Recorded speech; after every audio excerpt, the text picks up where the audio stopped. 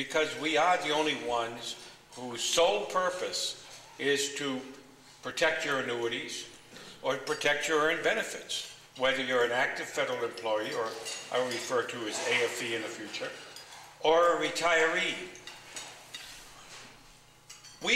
There are out there approximately 5.2 million prospects or eligible people to join NARF. We have less than 6% of those. What's wrong with the other 94%? Is it that they've never heard of us, which is one of the big problems we have? Is it that they say, well, NARF hasn't done anything for me lately? Okay, that would be probably people that have dropped their membership. Is it, why join? You're going to represent me anyway. Whatever benefit you get, I'm going to get. Sounds like almost a union. You know, when people join a union and union has to represent everybody, well, we represent everybody. But there's got to be a reason. And, you know, don't give me this hogwash about the dues are too high. My gosh, $40 or $50 dues are cheap. Really, they're cheap for what you get. We have 6 lobbyists that work Capitol Hill, and they're there, some of them, every day of the week, working with the senators, the representatives, and or their staff. So, can't be money. I really personally don't believe it's money. So it's got to be something else why people won't join us. I know that when our dues were raised $11 a couple of years ago, a number of members dropped their membership, and they used that as a reason. I don't believe it. I don't believe that less than $1 a month increase is going to make somebody drop their membership. We are, like, as you all know, an insurance policy. You have insurance on your life, you have insurance on your car, you have insurance on your house, you have all kinds of different insurances. Well, this is like an insurance on your annuity. What is more important than protecting that annuity?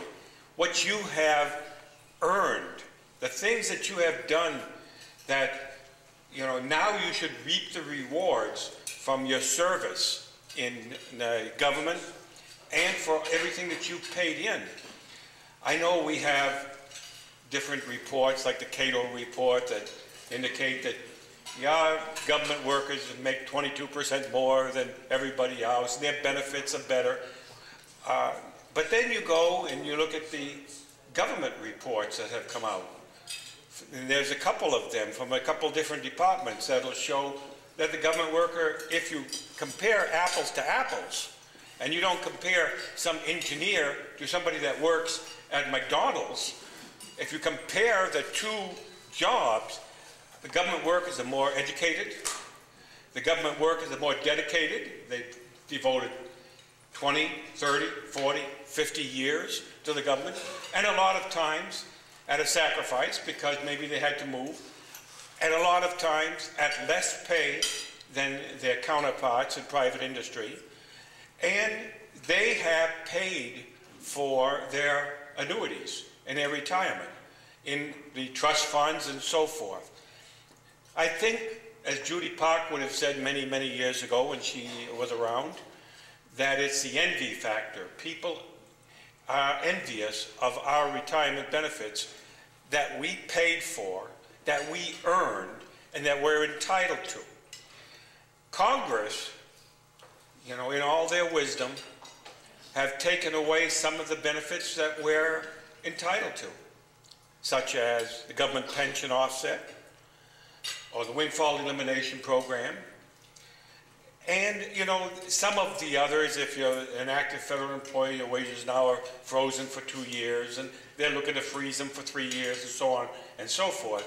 But why did they take them away? Was it because people out there, their constituents, are saying, well, look at those fat cats, look at those government employees. They're not only drawing their annuities, but now they're drawing Social Security, And if they were in the military, they may be getting military benefits. And then if they went to some other company after they retired, they may be getting a fourth or a fifth annuity. Is that jealousy? I mean, you earned it. If you earned it, why can't you get it? Will we ever see the repeal of WPGPO, even though it's on our legislative agenda? I don't think so. Why? Because of the debt the country has, over 14 trillion and climbing every day, and the fact that to repeal GPO-WP would cost about $84 billion, and it affects less than 1 million people. So the government's not going to take and repeal that, even though they should. When they took and put it into place, it was wrong. But I don't see them ever doing that, not unless they take and revamp the whole Social Security system, and then maybe at that time they may do something similar. But I think we'll never see that, even though it's something we paid for, we're entitled to, and yet they've taken it away from us. Well, let me move on a little bit. Going back to membership just for a minute, I was looking at your records from the Federation, and even though you're doing a great job, Dick Strombatny here has done a great job in retention and dues withholding.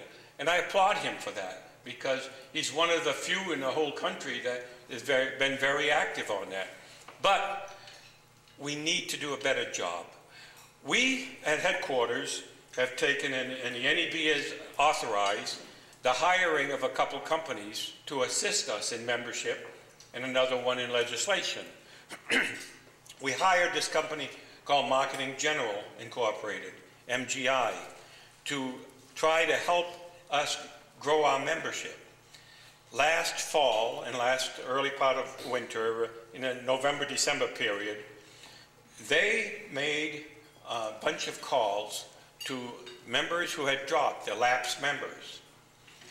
They called, and about 8,086 people or former members answered the phone, so they were able to talk to them. There were many, many, many no answered, or they hung up, or the numbers were wrong, or whatever. But they did reach 8,086. And it's interesting to note that 1,960 of them, 24% of them, renewed their membership by a cold call, by somebody they don't know, the company calling them and saying, hey, you know, you didn't renew your membership, and we'd like you to renew. And then they have a little talk that they give, which is on the website, incidentally, if you ever want to use their information and what they said. And almost 2,000 of them took and renewed the membership. What did it cost us? It cost us $53,723 to be exact, to have the company make the calls. Averaged out to about $27 a person. But the good news is that those members that renewed and paid the national dues and or the chapter dues and so forth, we raised $78,000 from their dues, or about a $25,000 profit. So the company we hired didn't cost us a penny. In fact, they made us money, and they brought in new members. Now, if they can make a cold call to somebody they don't even know, what could you do with somebody that didn't renew their membership and you knew them and called them and said, hey Jane, hey Joe, hey Mark, you know, why didn't you renew your membership? Is something wrong? Can we do something to assist you? How successful would you be? 24% is a great number from a company that doesn't even know the people.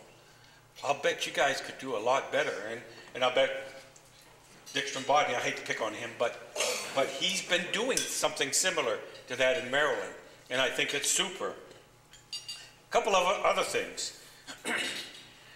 Part of the reasons that we have heard why people either have dropped their membership or have not renewed their membership is because what happened back in 1986 when mandatory chapter membership came into place, and some members said, I'll join NARF, I'll pay the national dues, but I don't want to belong to a chapter. I don't go to chapter meetings, not interested in the chapter, and so on and so forth. Well, we looked at that and said, how can we appeal to these people? We have to, the bylaws require us to make sure that they'll join a chapter. They can't come in as a national only member. So, you know, they have to belong to a chapter, but they don't want to go to a chapter meeting. They don't want to belong to a chapter. So how can we appeal to them? So we started one of a number of innovative programs that the National Executive Board have voted to do, and that was an electronic chapter. Now, my gosh, you talk about people not trusting anybody. They say, oh, you're going to steal all the chapter members away. They're going to go there because the electronic chapter doesn't charge chapter dues. They don't need to. Everything's done electronically. So all the member does is pay $40. Well, you know, there are other chapters in NARF that don't charge chapter dues. There were a number of them, that down to 2 right now, one in South Carolina and one in Puerto Rico, that any one of you could join, because you can join any chapter you want, that don't charge chapter dues. But the 2 eNARF, or electronic chapters, one in Florida that started up, and the one here, which is the national one at headquarters right now, those have been extremely, extremely beneficial, working, successful. They started off with 5 members in March of last year, which is what, about 12, 13 months, 13, 14 months, 15 months ago. And today, they have almost 3,900 members. It's like 3,872, I think the number was this morning when I left headquarters. That's 3,900 approximately members that wouldn't be members if we didn't have this electronic chapter. 24% of them are active federal employees that say, okay, I'll join you because I can do everything electronically. You know, I read the newspapers electronically, I pay my bills electronically, I communicate with my friends electronically, and go on and so forth. I know that you will hear people say, well, yeah, but a lot of chapter members, and you're stealing them because of the low dues, and they'll switch over. No, we had about 300 that switched over out of the 3,900. So it's not that they don't want to come or to your chapter or belong to your chapter. Some of those were on the verge of dropping their membership anyway, and we offered them an alternative. Said, would you like to go to the eNARF chapter? The only paper product you'll get is the magazine. You will not get another paper product in the mail, other than maybe the fundraisers that we do use. And of course, anybody that doesn't want to participate in the fundraisers, all you have to do is tell us and we'll take your name off the list. So that's just another way for us to take and increase membership. And I'm sure we'll be looking at other innovative ideas as we go along. A couple other quick points, and then I'll let all the other people here get up and talk, because you probably want to hear them more than you want to hear me. But we have our technology department. We've been working very hard to give you real-time information. And before we had the NARF Information Technology Advisory Committee, not NIAC, and now it's been replaced by the Configuration Advisory Board, CAB, and every region has a representative.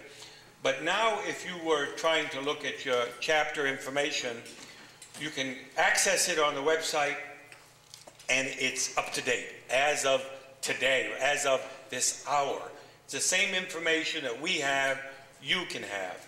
And in the future, we will be expanding all of the things that you can access so that every information that you want, as far as who hasn't renewed their dues, how long has it been, where do they live,